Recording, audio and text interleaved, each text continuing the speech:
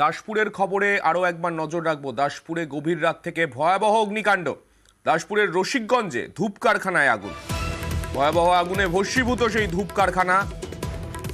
হাজারের বেশি শ্রমিক তারা কর্মহীন হয়ে পড়ার আশঙ্কা করছেন। পাশাপাশি এখনো পর্যন্ত সেই আগুনের শিখা দেখা যাচ্ছে সেখানে। সকাল থেকেই এখনো পর্যন্ত দমকল আধিকারিকরা সেখানে কাজ করে যাচ্ছেন। এখনো পর্যন্ত কিন্তু সেখানে এখনো আগুন নিয়ন্ত্রণে আসেনি বলেই খবর।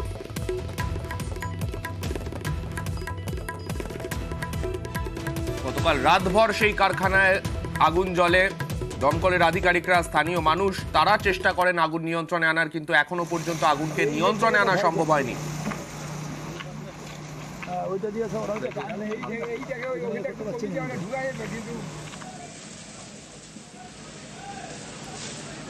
সকালবেলাও সেই কারখানার ভেতরে আগুনের শিখা চোখে পড়ছে। আগুনের ভয়াবহতা এতটাই যে দমকল আধিকারিকরা বাইরে থেকে চেষ্টা করছেন প্রাথমিকভাবে এই আগুনকে নিয়ন্ত্রণে এনে তারপর ভেতরে ঢুকে বাকি আগুনকে নিয়ন্ত্রণে আনার, কিন্তু এখনো পর্যন্ত বাইরে থেকে দমকল আধিকারিকরা জল দিয়ে চেষ্টা চালাচ্ছেন কারখানার ভেতরের আগুনকে নিয়ন্ত্রণে আনতে। যেহেতু কারখানাটি ধূপের কারখানা, তাই ভেতরে প্রচুর দাহ্য পদার্থ মজুদ ছিল বলে খবর, এবং সেই দাহ্য পদার্থ থাকার কারণেই এই অগ্নিকাণ্ড এত ভয়াবহ আকার ধারণ করে।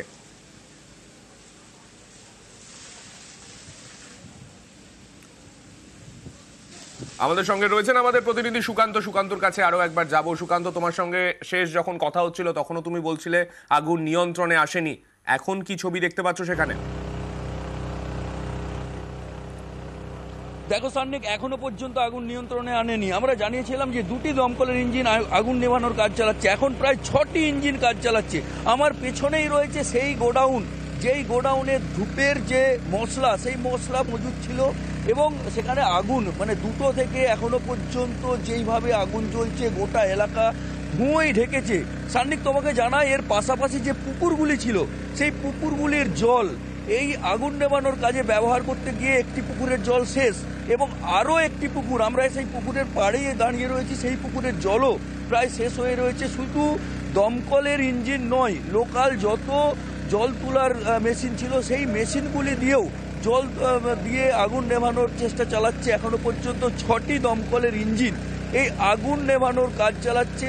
যেটা জানা যাচ্ছে, দাসপুরের রসিকগঞ্জে এই যে ফ্যাক্টরি, সেই ফ্যাক্টরিতে প্রায় কয়েক হাজার কর্মী কাজ করতেন, এবং সেই কয়েক হাজার কর্মীর মজুত করা যে মশলা, সেই মশলা এখানে মজুদ ছিল। সেই মশলা এখনো পর্যন্ত সেই গোডাউন সম্পূর্ণভাবে জ্বলছে, এবং শুধু তাই নয়, কংক্রিটের সেই বাড়ি ভেঙে পড়ছে, অর্থাৎ এলাকার মানুষকে সাইড থেকে সরিয়ে দেওয়া হচ্ছে। প্রচুর মানুষ ভিড় করেছেন এই আগুন দেখতে। অর্থাৎ শুধু তাই নয়, এই গ্রামের, অর্থাৎ রসিকগঞ্জ গ্রামের প্রায় হাজার হাজার মানুষ, মহিলা থেকে পুরুষ, তারা এই আগুন এই ফ্যাক্টরিতে কর্মরত ছিলেন।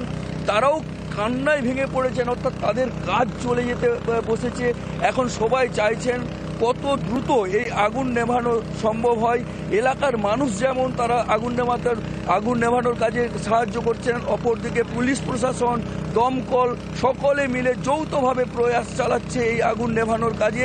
এখনো পর্যন্ত কিন্তু আগুন নিয়ন্ত্রণে আনতে পারেনি। রাতভর যে ছবি তুমি তুলে ধরেছো, রাতভরে আগুন জ্বলার যে ছবি, এখনো যে ছবি চোখে পড়ছে, তাতে তো আগুন একেবারেই নিয়ন্ত্রিত নয়। ভেতরের যা পরিস্থিতি আমরা দেখতে পাচ্ছি, স্থানীয় মানুষজন কি বলছেন যারা এখানে এই যে গোটা পরিস্থিতি রাতভর তারা যেখানে দাঁড়িয়ে রয়েছেন, তারাও চেষ্টা চালাচ্ছেন আগুন নিয়ন্ত্রণ করার, কিন্তু তারা কি বলছেন বর্তমানে? দেখো সান্নিক, এলাকার মানুষ, অর্থাৎ বেশিরভাগটাই দেখা যায় যে যারা এই ফ্যাক্টরিতে কর্মরত ছিলেন, তারা কান্নায় ভেঙে পড়েছেন। কারণ তাদের রুজি রুটি, একমাত্র তাদের উপার্জন এই যে ফ্যাক্টরি, এই ফ্যাক্টরিতে ধূপ তৈরি করে, এবং তাদের ফ্যাক্টরি চোখের সামনে জ্বলছে, তার ফলে তাদেরও চোখে জল। তারাও ভাবতে পারছেন না যে কিভাবে তাদের এখন সংসার চলবে। বেশ সুকান্ত, তুমি আমাদের সঙ্গে থাকো। তুমি যাদের কথা বলছো, অর্থাৎ যারা সেখানে কাজ করতেন, যারা স্থানীয় মানুষজন, তারা কার্যত কান্নায় ভেঙে পড়ছেন। তারা কি বলেছেন আমাদের ক্যামেরার সামনে শোনাবো। এত পরিমাণে আগুন লেগেছে, প্লাস প্রচুর বোমের মতো ফাটছে। আমরা হঠাৎ দেখি চেঁচামেচি, এসে দেখছি এরকম আগুন লেগে গেছে। ভিতরে বলতে একজন নাইট গার্ড ছিল, সে লাভ মেরে মোটামুটি বেরিয়ে আসছে কোনোভাবে, তাতেও মোটামুটি ভালোই চোট পেয়েছে। দমকল বহুত লেট করে আসছে, দমকল যদি প্রথমের দিকে এসে যেত তাহলে এতটা ভয় হতো না, কিন্তু এত লেট করে ঢুকেছে তার জন্য বেশি হ্যাঁ, 500 জন কাজ করি মহিলা। 500 সুগার ফ্যাক্টরি হ্যাঁ, আমরা মেশিনে কাজ করি, প্রচুর মাল ছিল। কাজ করে জীবিকা নির্বাহ করে। জীবনে অতই সংসার চলে আমাদের, সবকিছু সংসার ভেসে যাবে আমাদের। কি করবেন এখন? বাকি সড়ক খাবতো আমি আমার করা, একটি মেয়ে ছেলে আমার কি করা বাবা আর কি করে। সুকান্তর কাছে আরো একবার যাব। সুকান্ত, যে জায়গায় আগুন লেগেছে সেখানে তো যেহেতু ধূপের কারখানা, প্রচুর পরিমাণে হয়তো দাহ্য পদার্থ মজুদ ছিল বলেই এত ভয়াবহ আকারটা ধারণ করলো, কিন্তু প্রাথমিকভাবে আগুনটা লাগলো কিভাবে, কিছু কি অনুমান করতে পারছেন যারা সেখানে কাজ করতেন বা দমকলের আধিকারিকরা?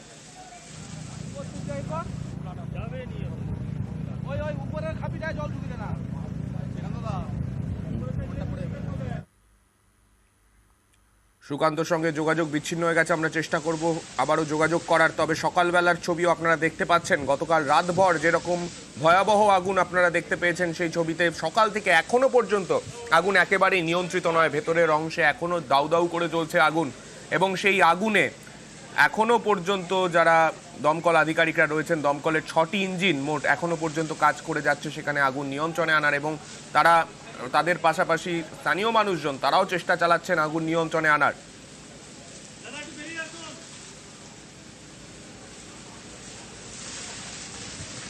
যে জায়গায় আগুন লেগেছে একটি ধূপের কারখানা থাকায় সেখানে প্রচুর পরিমাণে দাহ্য পদার্থ মজুদ করা ছিল, এবং সেই দাহ্য পদার্থের কারণেই আগুন এত ভয়াবহ আকার ধারণ করে। প্রায় 1000-এরও বেশি শ্রমিক এই কারখানায় কাজ করতেন, যারা বর্তমানে তারা চিন্তা করছেন তাদের জীবিকা নিয়ে, কেননা এত বড় কারখানা কার্যত পুরোপুরি ভস্মীভূত হয়ে গেছে, সেখানে কর্মসংস্থানের বর্তমান পরিস্থিতি নেই, এবং তারপরে তাদের কি হবে, তারা কি কাজ করবেন সেই নিয়ে তারাও যথেষ্ট আশঙ্কায় রয়েছেন। এবং এখনো পর্যন্ত দমকল আধিকারিকরা তারা চেষ্টা চালাচ্ছেন যত দ্রুত সম্ভব এই আগুনকে নিয়ন্ত্রণে আনা যায়, যত তাড়াতাড়ি সম্ভব সেই চেষ্টা তারা চালাচ্ছেন। আশেপাশের যে পুকুরগুলি রয়েছে সেই পুকুরগুলি থেকে জল নিয়ে দমকল আধিকারিকরা চেষ্টা করছেন আগুন নিয়ন্ত্রণে আনার।